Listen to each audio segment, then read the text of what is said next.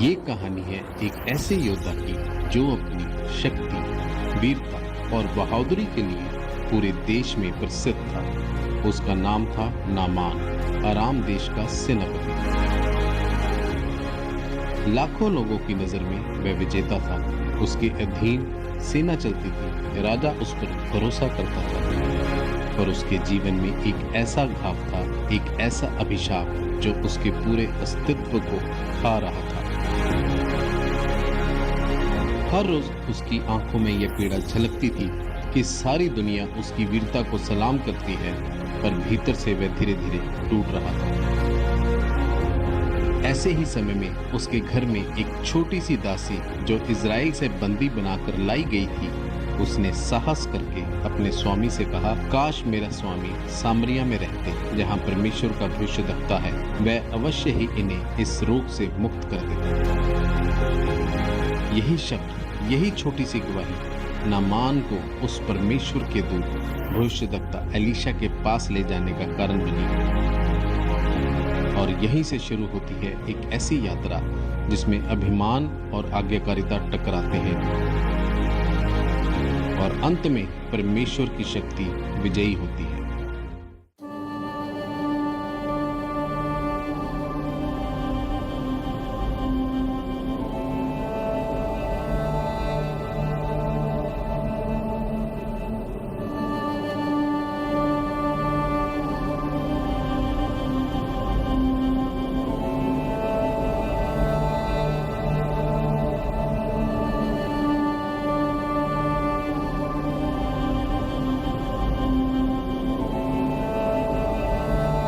समय बहुत कम है। मुझे लगता है कि मैं इस बीमारी के कारण मर जाऊंगा। नहीं नमान, ऐसा मत बोलो। मैं सच कह रहा हूँ। मुझे लगता है कि मैं इस बीमारी के कारण मर जाऊंगा। मैंने हजारों लोगों की अगुवाई अराम की जीत के लिए कई बार की है, लेकिन अपने पूरे धन और शक्ति से मैं अपने इस अदृश्य शत्रु के विरुद्ध जो ये सब कर रहा है कुछ भी नहीं कर पा रहा। मेरे संगी सैनिक मेरे विरुद्ध बातें करते हैं। मेरे मुंह पर तो वो कुछ नहीं कहते, परंतु मेरी पीठ के पीछे वो मुझे कोड़ी कहते हैं, कोड़ी। मुझे लगता है कि मैं इस कोड़ के कारण मर जाऊंगा। कुछ नहीं होगा तुम्हें नमान। नहीं, अब मुझे लगता है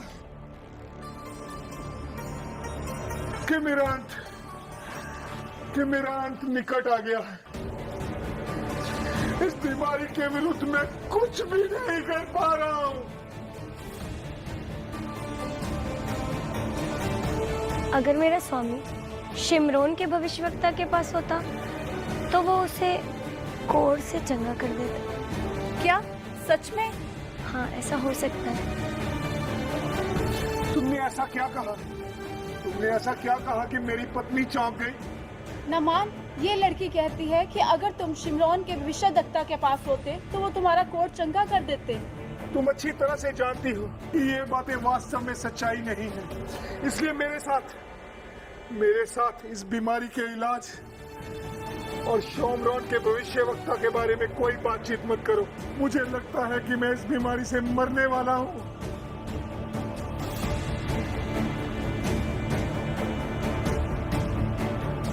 मेरा परमेश्वर प्रार्थनाओं को सुनने वाला और चंगा करने वाला परमेश्वर है। क्या ये मेरा रोग सचमुच ठीक हो सकता है? हाँ, मुझे विश्वास है कि वो तुम्हें चंगा कर सकता है, क्योंकि वो अपने दासों की प्रार्थनाओं को सुनकर चंगा करने वाला एकमात्र परमेश्वर। क्या सचमुच में ये मेरा रोग ठीक हो सकता है? हाँ, वो अपने दासों की प्रार्थनाओं को सुनने वाला परमेश्वर और उसके दास के द्वारा तुम चंगे हो सकते हो।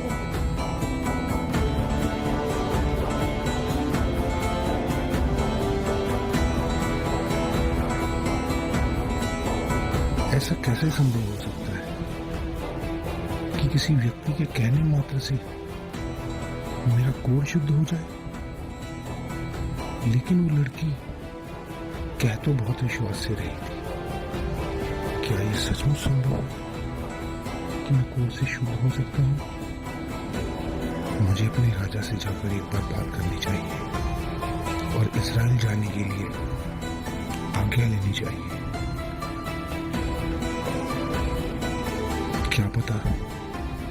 क्या पता वो लड़की सच बोल रही हो और मैं सच में इस कोढ़ से शुद्ध हो जाऊं।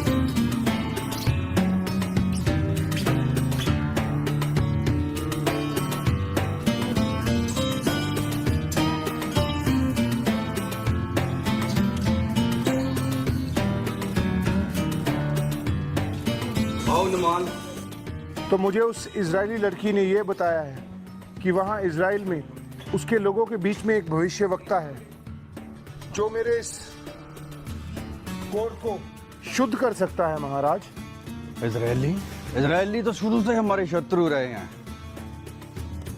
लेकिन नमान तुम मेरे सबसे वफादार सैनिकों में से एक हो, इसलिए इजराइल के राजा के नाम मैं तुम्हें एक पत्र देता हूँ। जो आज्ञा महाराज।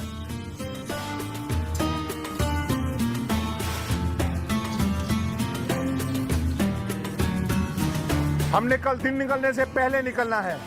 तुम 10 की कार चांदी, तुम 6000 टुकड़े सोने के और तुम 10 जोड़े कपड़े के जल्दी बांधो। हमने सुबह जल्दी निकलना है।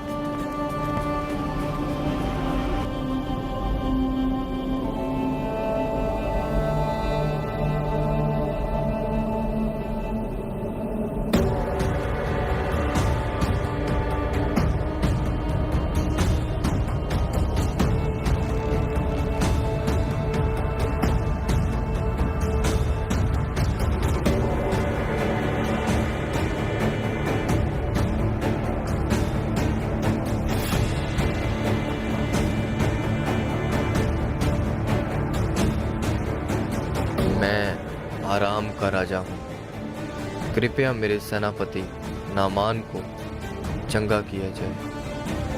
आराम का राजा मेरे पास एक कुड़ी को चंगा करने के लिए भेज रहा है। क्या मैं खुदा हूँ?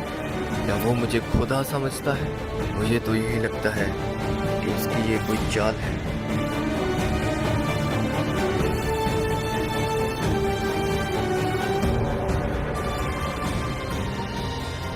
मैंने अभी अभी एक खबर सुनी है कि आराम देश से सेनापति नामान आया है एक पत्र लेकर, जिसमें उसकी कोढ़ की बात लिखी हुई है। और ये पत्र पढ़ते ही इजराइल के राजा ने अपने कपड़े फाड़े और उस पत्र में लिखा था कि वो आपसे भेंट करना चाहता है। तो राजा के पास ये कहला भेजो कि नामान को मेरे पास आने दो, ताकि वो भी जान ले कि यहोवा परमेश्वर इजराइल में जीवित है और वो विराजमान है। जी पिता।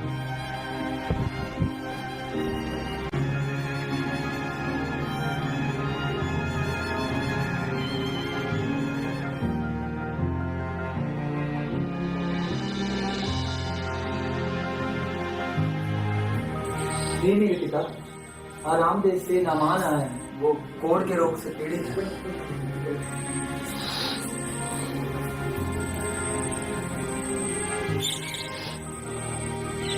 नामान को बोलो कि जाकर यरदन नदी में 7 डुबकियां मार ले और उसका कोढ़ जाता रहेगा, उसका शरीर ज्यों का त्यों हो जाएगा।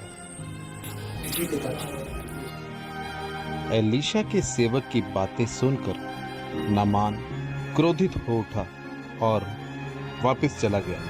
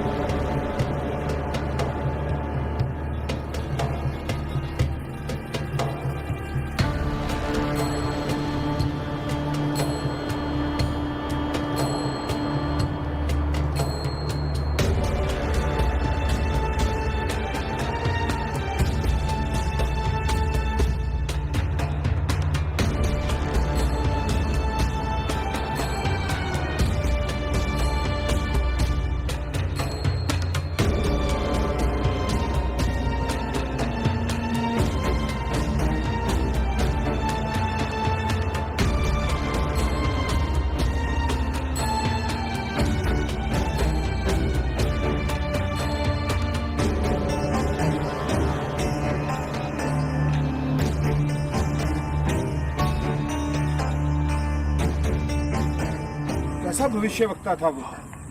उसने तो उठकर बाहर आना भी उचित ना समझा।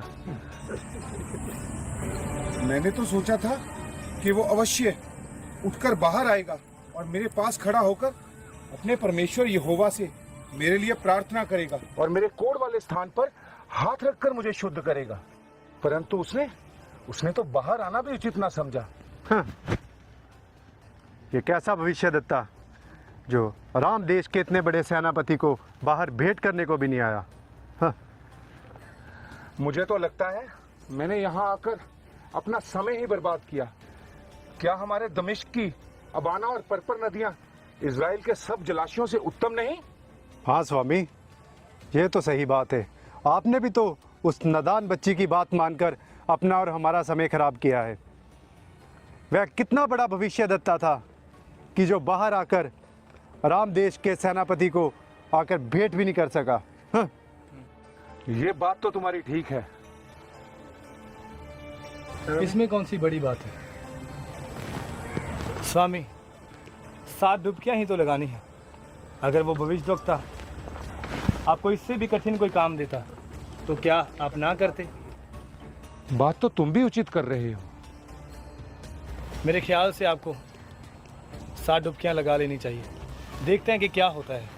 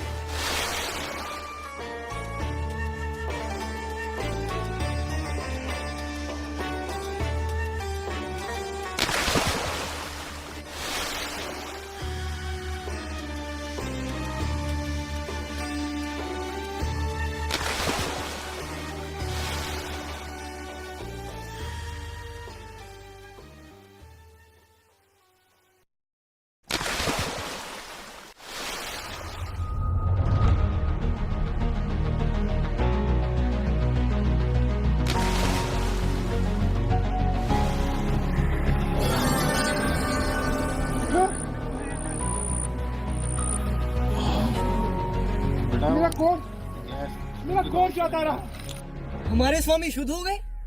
ये कैसे हो सकता है? यर्दन नदी में 7 डुबकी लगाकर सेनापति का कोढ़ जाता रहा। ये कैसे हो सकता है? उस नबी की बात सच हो गई। सचमुच देखो, हमारे स्वामी का सारा कोढ़ जाता रहा। हाँ। और वे बच्चे के समान निर्मल हो गए हैं। मैं शुद्ध हो गया, मैं शुद्ध हो गया, मैं शुद्ध हो गया, मैं शुद्ध हो गया, मैं शुद्ध हो गया, हाँ सचमुच, अब आप कोड़ी से शुद्ध हो गए। उस नबी की बात सच हुई। आपका सारा कोट जाता रहा। चलो अब हम आराम देश में चलते हैं और उसके राजा को दिखाते हैं कि आपका कोट एकदम से जाता रहा। हाँ स्वामी। नहीं, मैं सबसे पहले उस परमेश्वर के दास अलीशा के पास जाऊंगा, क्योंकि मैं उसका आभारी हूँ और मैं उसका धन्यवाद करना चाहता हूँ। चलो पहले अलीशा नबी के पास चलते हैं। यहोवा का धन्यवाद हो, यहोवा धन्यवाद हो, यहोवा का धन्यवाद हो, यहोवा का धन्यवाद हो, यहोवा का धन्यवाद हो, यहोवा का धन्यवाद हो। स्वामी, आप तो सच में कोट से शुद्ध हो गए। हाँ स्वामी। सब यहोवा परमेश्वर की दया।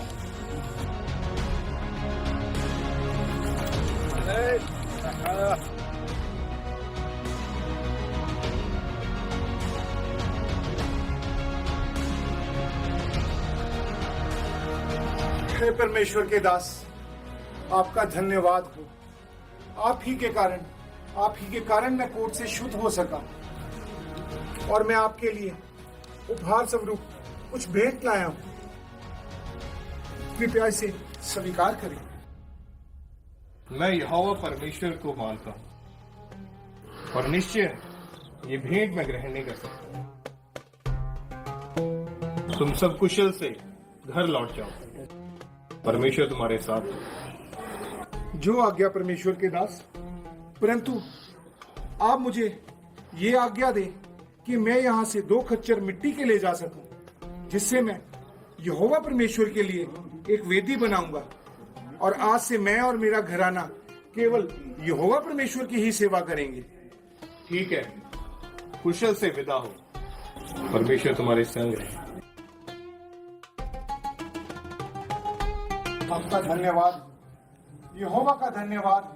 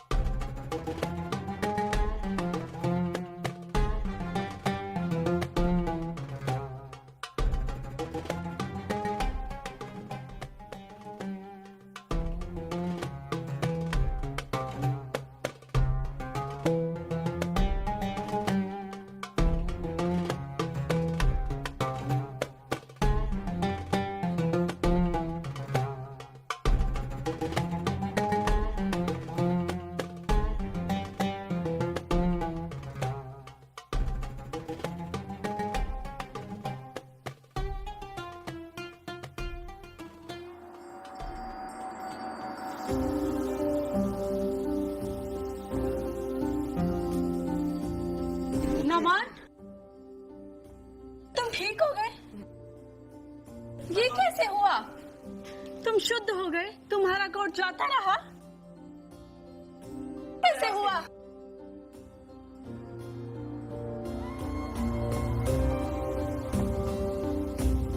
मुझे विश्वास नहीं हो रहा, तुम वही कोड़ी नामान हो। ये कैसे हुआ? ये सब यहोवा परमेश्वर की दया से हुआ है। यहोवा परमेश्वर? हाँ, यहोवा परमेश्वर, उसी के दास के द्वारा मैं शुद्ध किया गया हूँ। उस यहोवा परमेश्वर का धन्यवाद हो जिसने तुम्हें ठीक कर दिया। अब मैं कोड़ी नहीं हूँ। स्वामी, आप चंगे हो गए? देखा, मैंने कहा था ना, इजराइल का परमेश्वर असली है। हाँ, अब मैं जान गया हूँ कि इस दुनिया में केवल यहोवा ही परमेश्वर है। यहोवा सच्चा परमेश्वर है। हाँ, अब मैं जान गया हूँ कि इजराइल का परमेश्वर यहोवा ही सच्चा परमेश्वर है। और तुमने जो मुझे परमेश्वर का शुभ समाचार दिया है, इस कारण आज से तुम इस घर की दासी नहीं हो, मेरी बेटी समान हो। परमेश्वर का धन्यवाद हो, वो कितने बड़े बड़े कामों को करता है। परमेश्वर के धन्यवाद के साथ साथ बेटा, तुम्हारा भी धन्यवाद हो। तुम्ही ने तो मुझे सच्चे परमेश्वर के बारे में बताया है। परमेश्वर का धन्यवाद हो।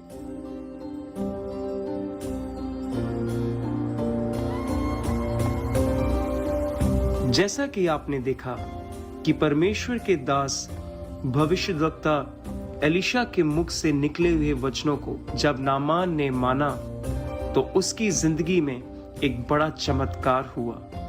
उसका सारा कोढ़ हमेशा के लिए जाता रहा।